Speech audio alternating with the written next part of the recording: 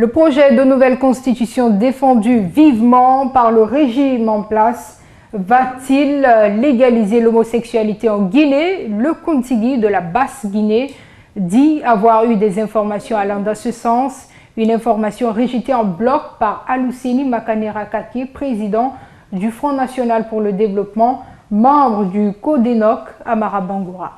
Le 24 août dernier, alors qu'il recevait les femmes du Front National pour la défense de la Constitution, le Kontigi de la Basse-Côte a laissé entendre qu'il y a eu des informations comme quoi la nouvelle Constitution autoriserait l'homosexualité. Fervent défenseur de l'adoption d'une nouvelle Constitution, Al-Husseini Makanera Kake dément ces informations. Probablement, le Kontigi n'a pas compris la démarche ou simplement peut-être il n'est pas de bonne foi. Sinon, notre démarche est claire. Nous avons dit que cette fois-ci, ce n'est pas la constitution qui sera imposée à la population, mais c'est une constitution qui sera l'émanation du peuple. Nous sommes à plus de 99% des religieux, musulmans ou chrétiens.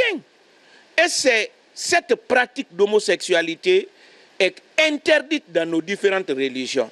Donc je ne vois pas comment les Guinéens peuvent insérer ça dans notre constitution. Plus loin, ce membre de la coalition démocratique pour une nouvelle constitution soutient que la loi fondamentale n'est pas encore rédigée. Je pense que la constitution n'est pas encore rédigée. Je voudrais que les gens comprennent.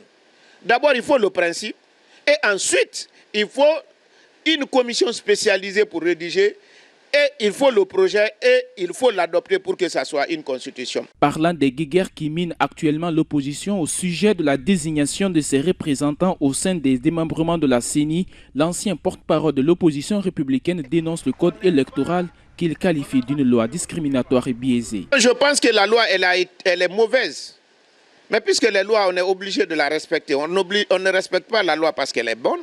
On la respecte parce qu'elle est loi. Dès le départ, moi, je m'étais élevé contre cette loi. Parce qu'elle est discriminatoire. Parce qu'elle biaise même l'idée de la CENI. La CENI devait être un organe qui est au-dessus de tous les partis politiques. Donc, un arbitre complètement indépendant des partis politiques. La question que je me pose maintenant, est-ce que celui qui a 10 représentants au sein de la CENI et celui qui n'a aucun représentant au sein de la CENI, ils sont tous candidats. Est-ce qu'ils ont la même chance? S'ils ont la même chance, pourquoi se battre à avoir beaucoup plus de représentants? S'ils n'ont pas la même chance, est-ce qu'on a respecté l'esprit de la CENI? C'est-à-dire un organe indépendant qui doit mettre tout le monde au même niveau. L'adoption de l'actuel code électoral avait provoqué un véritable tollé chez certains acteurs sociaux politiques.